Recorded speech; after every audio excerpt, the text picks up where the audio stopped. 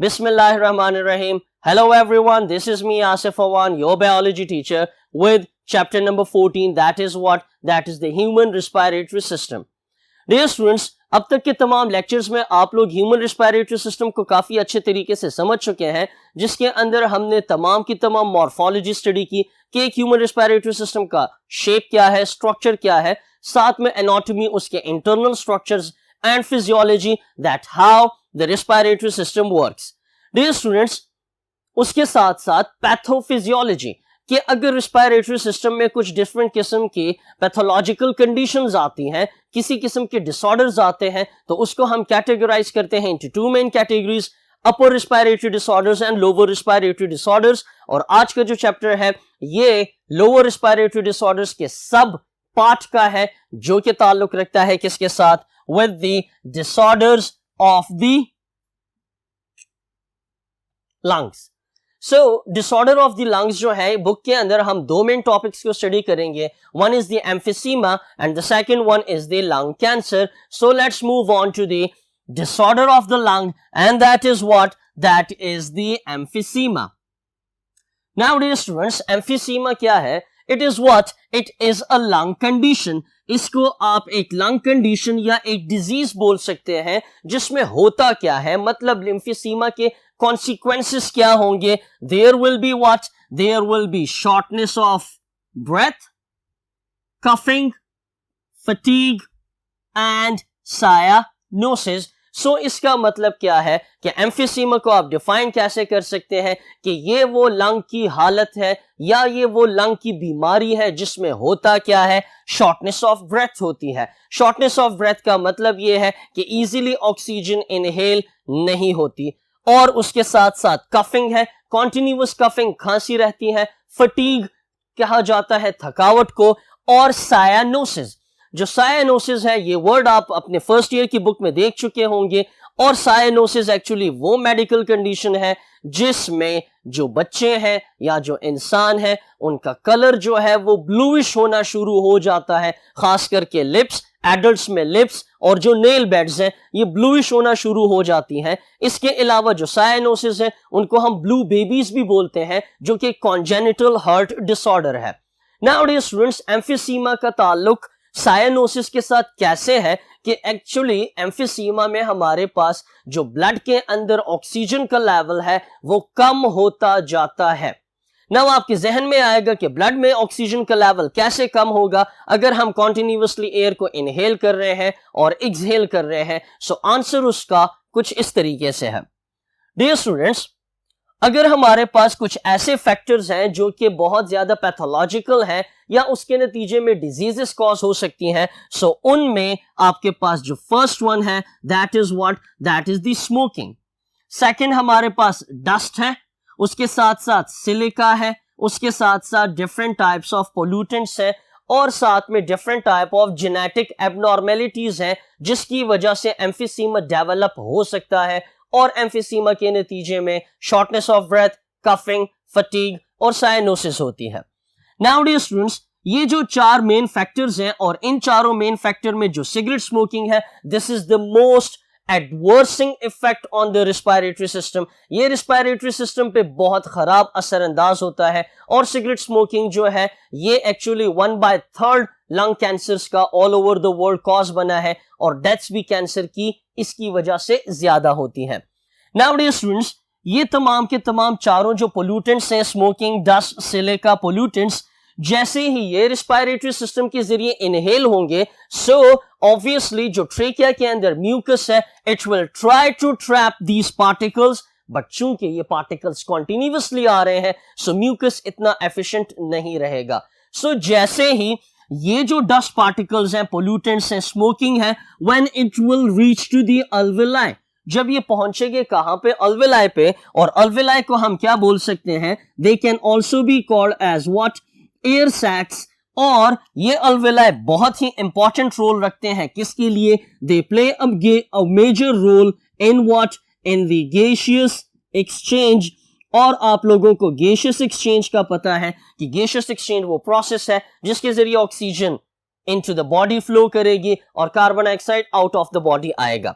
So original gaseous exchange किस level पे होती है? अल्विलाई के लेवल पे होती है। उसकी वजह यह है कि अल्विलाई जो है they are surrounded by what? They are surrounded by the blood, जिसमें से ऑक्सीजन की ट्रांसपोर्ट होगी और कार्बन डाइऑक्साइड जो है वो डिफ्यूज आउट होगा into the alveoli. So dear students, जैसे ही ये पार्टिकल्स अल्विलाई में आते हैं, so as you would better know कि जो अल्विलाई की एपिथेलियल मेम्ब्रेन है वहां पे हमारे पास different type of immune cells हैं, जिसमें से एक टाइप ऑफ इम्यून जो कि मेजर है वो क्या कहलाता है? That is called as what? Alveolar macrophage. alveolar macrophage. And what does alveolar macrophage do?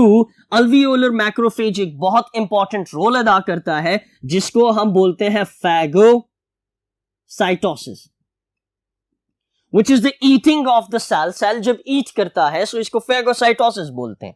Now dear students, जैसे ही ये dust particles alveoli में आएंगे, so the alveolar macrophages will get activated and they will try to phagocytose these pollutants. In pollutants की वो phagocytosis को perform करेगा, लेकिन उसके साथ साथ होगा क्या कि जब ये ब्रेकडाउन होगी इन pollutants की, तो इसके साथ साथ जो macrophages हैं they will also produce some different types of what? They will also produce some different types of these molecules, and they are called as what? They are called as cytokines. They are called as what? Cytokines, जिसमें interleukin आ जाते हैं, tumour necrosis factor आते हैं, और इसके साथ साथ और भी मॉलिक्यूल्स हैं। और कल पिछले लेक्चर में हमने बात ये की थी कि ये जो साइटोकाइंस हैं ये एक्चुअली ब्लड कैपिलरीज की परमिएबिलिटी को ज्यादा करेंगे, और उसके साथ साथ जो साइटोकाइंस हैं they will also attract other immune cells to this site of inflammation. क्यों? अल्विलाई में डस्ट पार्टिकल्स आ रहे हैं, फेगोसाइटोसिस हो रही है, so this is an inflammatory process.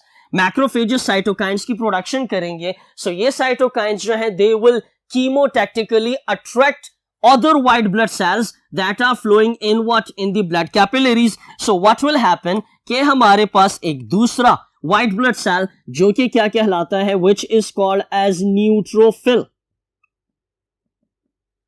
Neutrophil की मूवमेंट भी होगी टू द अल्विलाई, क्योंकि अल्विलाई में क्या चल रही है? इन्फ्लेमेशन चल रही है। नाउ डियर स्टूडेंट्स, ये जो दोनों अल्वियोलर मैक्रोफेजेस हैं और साथ में जो न्यूट्रोफिल्स हैं, what they will do, they will try to decrease the effect of this smoking, dust, silica, pollutants, but they will be also responsible for the production of what? For the production of an enzyme which is called as what? Protease. और protease में यहां पे हम example के तौर पे ले रहे हैं किस चीज को? इलास्टेज को। नाउ डियर स्टूडेंट्स, जैसे कि इलास्टेज एक एंजाइम है क्योंकि इसके आखिर में ASEase आ रहा है, और जो इलास्टा है, ये एक्चुअली शो कर रहा है किस चीज को? कि एक्चुअली ये इसकी फंक्शन शो कर रहा है कि इलास्टेज एंजाइम क्या करेगा? That it will break down the elastic fibers, that it will help in the breakdown of what? Of elastic fibers. और जैसे कि पिछले लेक्चर्स में हम पढ़ चुके हैं कि जो अल्विलाई की वॉल्स हैं they are surrounded by what? They are surrounded by blood capillaries, लेकिन जो अल्विलाई है उसकी सरफेस के ऊपर क्या होती हैं? इलास्टिक फाइबर्स होती हैं। और इलास्टिक फाइबर्स का फंक्शन क्या है कि इलास्टिक फाइबर्स जो हैं ये इलास्टिसिटी प्रोवाइड करते हैं।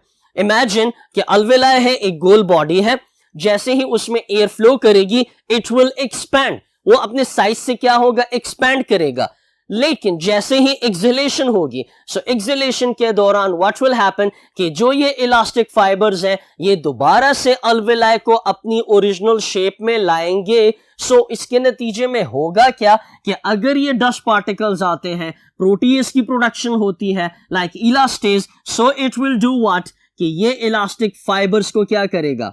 डैमेज करेगा। जैसे ये अल्विलाई में जो ब्लैक लाइन आपको शो की जा रही है, ये एक्चुअली इलास्टिक फाइबर्स है और इस इलास्टेज एंजाइम की वजह से क्या हुआ है, इनकी ब्रेक डाउन हो रही है। तो इसका मतलब कि जो अल्वेलाई है उसकी इलास्टिसिटी आहिस्ता आहिस्ता कम होती जाएगी इस मैकेनिज्म के जरिए। किस मैकेनिज्म के जरिए? इसके जरिए। नाउडेज स्टूडेंट्स, अगर इलास्टिक फाइबर्स डैमेज हो जाती हैं तो उसके नतीजे में होगा क्या? जस्ट इमेजिन कि अल्वेलाई है, अल्वेलाई में ऑक्सीजन एयर हुई, ऑक्सीजन एंटर हुई, सो अल्वेलाई विल एक्सपैंड। अल्वेलाई क्या करेगा? एक्सपैंड करेगा। इलास्टिक फाइबर्स की वजह से वो दोबारा अपनी ओरिजिनल पोजीशन पे आएगा, जिसके नतीजे में कार्बन डाइऑक्साइड क्या होगी? एक्सहेल होगी। अब अगर इलास्टिक फाइबर्स डैमेज हो जाती हैं, सो अल्वेलाई एक्सपैंड तो करेगा but it will not be able to again recoil. ये जो इलास्टिक फाइबर्स हैं ये एक्चुअली रिकॉइलिंग में हेल्प करेंगे, अल्वेलाई को अपनी वापस पोजीशन में लाएंगे। बट अगर ये इलास्टिक फाइबर्स डैमेज हो जाती हैं तब अल्वेलाई की वापस अपनी पोजीशन में आना क्या हो जाएगा? बहुत ज्यादा कम हो जाएगा। सो इस बात को हम ऐसे कर सकते हैं कि जब आपके पास कोई भी अल्वेलाई है और इस अल्वेलाई में यहां पे आप एग्जांपल के तौर पे देख रहे हैं that is the blue colour. Now ये ब्लू कलर क्या करेगा कि ये ब्लू कलर इलास्टिक फाइबर्स है, ये सेल को एक्सपैंड करेगा और उसके साथ साथ वापस सेल को, अल्वेलाई को वापस अपनी शेप में लाने की कोशिश करेगा। So that is the function of elastic fibers. Now dear students, what will happen कि जब ऑक्सीजन इनहेल होगी, जब आपके पास ऑक्सीजन इनहेल होगी, ऑक्सीजन मूव करेगी अल्वेलाई में, तो यहां पे कंडीशन क्या होगा कि यहां पर पार्शियल प्रेशर ऑफ ऑक्सीजन जो है it should be what? It should be low. तभी आपके पास एक अच्छी वेंटिलेशन होगी और एयर जो है वो स्मूथली मूव करेगा। Now dear students, according to Bernoulli's principal,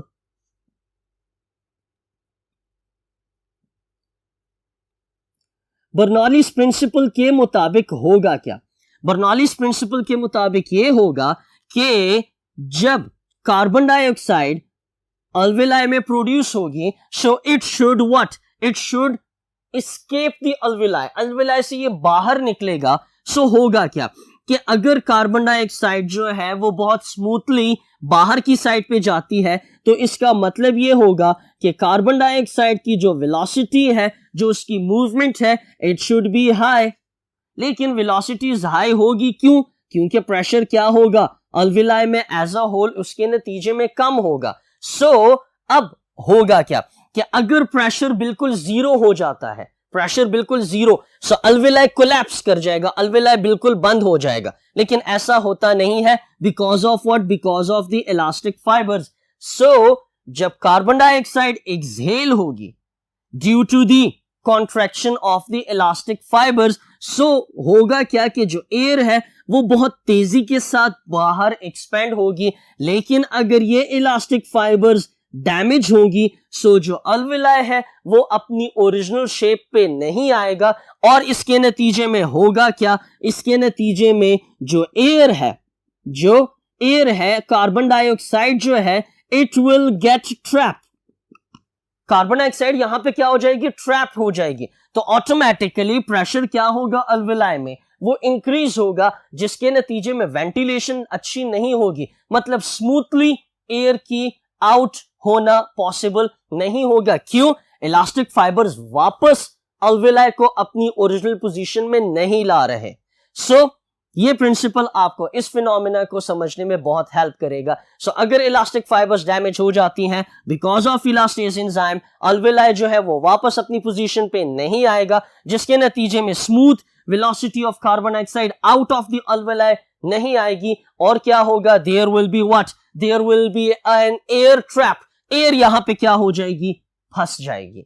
सो इसके नतीजे में अल्वेलाई में प्रेशर बढ़ेगा, जिसकी वजह से ऑक्सीजन की मूवमेंट अल्वेलाई में ऑटोमेटिकली क्या होगी? वो डिक्रीज होगी। सो एम्फीसीमा के नतीजे में क्या होगा? ऑक्सीजन इजीली मूव नहीं करेगा अल्वेलाई में और कार्बन डाइऑक्साइड भी इजीली एक्सहेल नहीं होगा because of the high pressure in the alveoli. So ये कंडीशन कब आती है? बिकॉज ऑफ दीज फैक्टर्स, और इन फैक्टर्स के नतीजे में इलास्टिक जो मेम्ब्रेन है या इलास्टिक फाइबर्स अल्विलाई को कवर कर रही हैं, दे ऑल्सो गेट डैमेज। उसके साथ साथ डियर स्टूडेंट्स, जब ऑक्सीजन का लेवल कम होगा उसके नतीजे में बहुत सारी डिजीजेस आएंगी, लेकिन इसके साथ साथ होगा ये कि जो अल्विलाई है उसकी अपनी ओरिजिनल शेप मेंटेन नहीं रहेगी। मतलब अल्विलाई की ओरिजिनल शेप है, ये एक्सपैंड भी करेगा, वापस कॉन्ट्रैक्ट भी करेगा, लेकिन अगर इन फैक्टर्स की वजह से इलास्टिक फाइबर्स डैमेज हो जाते हैं, सो जो शेप है अल्विलाई की, it will also get damage. Shape खराब क्यों होगी? बिकॉज ऑफ इलास्टिक फाइबर, वापस अल्विलाई जो है वो कॉन्ट्रैक्ट नहीं होंगे, सो अल्विलाई की शेप डैमेज हो जाएगी। सो इस डैमेज कंडीशन को हम क्या बोलते हैं? That is what emphysema. और सबसे खतरे की बात यह है कि जो अल्विलाई है दे डू नॉट रीजनरेट, ये दोबारा ठीक नहीं होते। जैसे ही कोई भी अल्विलाई डैमेज हो जाते हैं उनकी दोबारा रिपेयर नहीं होती, तो इसका मतलब कि जो एम्फीसीमा है इसका इलाज नहीं है। हाँ, अलबत्ता आप इसको रोक सकते हैं। एम्फीसीमा की जो प्रोग्रेस है, अल्विलाई की जो डैमेज है, उसको आप रोक सकते हैं। कैसे? अगर इन फैक्टर्स के लिहाज से आप क्या करें? बहुत ज्यादा केयर करें। So dear students, that is the emphysema. Now emphysema के नतीजे में बॉडी के अंदर ऑक्सीजन लेवल कम होगा, सो उस लो ऑक्सीजन लेवल की कॉन्सिक्वेंसेस क्या होंगी? Let's move on to that part. Now dear students, emphysema की कॉन्सिक्वेंस क्या है? एम्फीसीमा की पैथोफिजियोलॉजी में सबसे एक इंपॉर्टेंट फैक्टर है and that is what? That is the hypoxia. Hypoxia हम एक मेडिकल टर्म है जो कि यूज करते हैं। कब? We use it for what? For the low oxygen levels. So emphysema के नतीजे में हाइपोक्सिया होगा। हाइपोक्सिया एक्चुअली बॉडी के अंदर ऑक्सीजन का लेवल कम होगा। सो इस हाइपोक्सिया के नतीजे में क्या क्या कॉन्सिक्वेंसेस आ सकती हैं, किन किन नताइज को भुगतना होगा, उसको हम जनरली यहाँ पे बहुत खुलासे के तौर पे बहुत सिंपल अंदाज से प्रेजेंट ऐसे करेंगे कि अगर ऑक्सीजन लेवल कम होता है तो उसकी वजह से कौन इफेक्ट होगा? डेफिनेटली इफेक्ट पड़ेगा किस चीज के ऊपर? On the metabolism. And what is metabolism? That is the overall biochemical reactions that are covering inside a body. एक human body में जितने भी biochemical reactions हो रहे हैं, चाहे कुछ बन रहा है या किसी product की, किसी substrate की breakdown हो रही है, so उसको हम anabolism और catabolism बोलते हैं। So इस लो ऑक्सीजन लेवल की वजह से what would happen? Pyruvate dehydrogenase, lactate dehydrogenase जो है ये क्या हो जाएंगे? दे विल बिकम इनएक्टिव, जिसकी वजह से पायरुवेट की ब्रेकडाउन, मतलब ग्लाइकोलिसिस में आप पढ़ चुके हैं, उसकी ब्रेकडाउन अच्छे तरीके से नहीं होगी। और उसके साथ साथ जो लैक्टेट है, लैक्टेट आपको मिलता है कहां पे? एज अ फूड मॉलिक्यूल, उसकी भी ब्रेकडाउन जो है वो पॉसिबल नहीं होगी। सो अल्टीमेटली न्यूट्रिशनल डेफिशिएंसी का सामना करना पड़ेगा। डियर स्टूडेंट्स, उसके साथ साथ जो हाइपोक्सिया है, it is also responsible for what? It is also responsible for the cell death. Dear students, what is cell death? Cell जो है उसकी अपनी एक उम्र होती है, एक एज होती है, और उसके बाद वो मर जाता है। सो जब प्रोग्राम्ड सेल डेथ होती है, प्रोग्राम्ड सेल डेथ होती है, इस फिनोमेना को हम क्या बोलते हैं? That phenomena is called as what? That phenomena is called as apoptosis. apoptosis, apoptosis. And what is apoptosis? Apoptosis is actually the natural cell death. लेकिन अगर सेल डेथ एक्सीडेंटली होती है, इमरजेंसी की सूरत में होती है, सो उसको हम नेक्रोसिस बोलते हैं। लेकिन यहां पे हाइपोक्सिया के नतीजे में क्या होगा? जो ये दो फैक्टर्स हैं, BNP3 और नॉक्सा, ये एक्चुअली रिस्पॉन्सिबल है किस चीज के लिए? फॉर द एपोप्टोसिस, जिसके नतीजे में लंग के जो सेल्स हैं उनकी सेल डेथ बहुत तेजी से होती है, और ये phenomena all over the body भी हो सकता है, और रीजनरेशन भी ऑटोमेटिकली इफेक्ट होती है। नाउ डियर स्टूडेंट्स, उसके साथ साथ जो हाइपोक्सिया है, जो लो ऑक्सीजन लेवल है, वो बहुत ज्यादा असरअंदाज होता है एरिथ्रोपोइसिस पे। एरिथ्रोपोइसिस में होता क्या है कि जो ट्रांसफेरिन है, फेरो ऑक्सीडेज एंजाइम है, ये मॉलिक्यूल्स एक्चुअली करते क्या है? ये रिस्पॉन्सिबल होते हैं for the production of red blood cells and also for the maturation of red blood cell and for also increasing the number of red blood cells. So erythropoiesis phenomena भी क्या होगा, ये जो मेटाबॉलिक प्रोसेस है erythropoiesis का, ये भी automatically effect होगा। रेड ब्लड सेल्स जो है वो कम होते जाएंगे, उनकी प्रोडक्शन सेंटर्स जो है वो अफेक्ट होते जाएंगे, क्योंकि ये मॉलिक्यूल्स क्या होंगे, दे विल गेट डिसफंक्शन। और ये उन हजारों या बहुत सारे मॉलिक्यूल्स में से कुछ मॉलिक्यूल्स हैं जो कि हाइपोक्सिया की वजह से होते हैं। और हाइपोक्सिया की मेन वजह क्या आ जाती है, that is what, that is the emphysema. उसके साथ साथ डियर स्टूडेंट्स, प्रोलिफरेशन एक्चुअली वो फिनोमेना है जिसमें हमारी बॉडी जो है वो अपने एक सेल नंबर को मेंटेन रखती है। So what is proliferation, you can simply call it as what, कि जब भी ह्यूमन बॉडी में किसी और मल्टीसेलुलर ऑर्गेनिज्म में जो सेल नंबर है उसको कांस्टेंट रखा जाता है, तो इस फिनोमेना को हम प्रोलिफरेशन बोलते हैं। क्यों? क्योंकि हमारे जो सेल्स हैं, मैंने स्टार्ट में कहा, उसकी एक स्पेसिफिक एज होती है, उस एज के बाद वो एपोप्टोसिस में जाता है और दोबारा से नए सेल्स की प्रोडक्शन, क्योंकि सेल डिवाइड कॉन्टिन्यूअसली माइटोटिकली हो रहे होते हैं। सो हाइपोक्सिया के नतीजे में क्या होगा, गैलेक्टिन एक मॉलिक्यूल है जो कि प्रोलिफरेशन के लिए रिस्पॉन्सिबल है, इट विल बी अफेक्टेड। सो जो सेल नंबर है वो कांस्टेंट नहीं रहेगा, सेल नंबर या तो बहुत ज्यादा लो होगा या फिर सेल नंबर जो है वो नॉर्मल से बहुत ज्यादा हाई जाएगा। और जब भी सेल डिवीजन कंट्रोल से बाहर हो जाती है तो उसको हम क्या बोलते हैं, the uncontrolled cell division is actually called as what, cancer. So lung cancer भी एम्फिसीमा की वजह से हो सकता है, क्योंकि अल्टरनेटिवली हाइपोक्सिया होगा और हाइपोक्सिया की वजह से बहुत सारे और फैक्टर्स जो हैं वो भी बॉडी के अफेक्ट होंगे।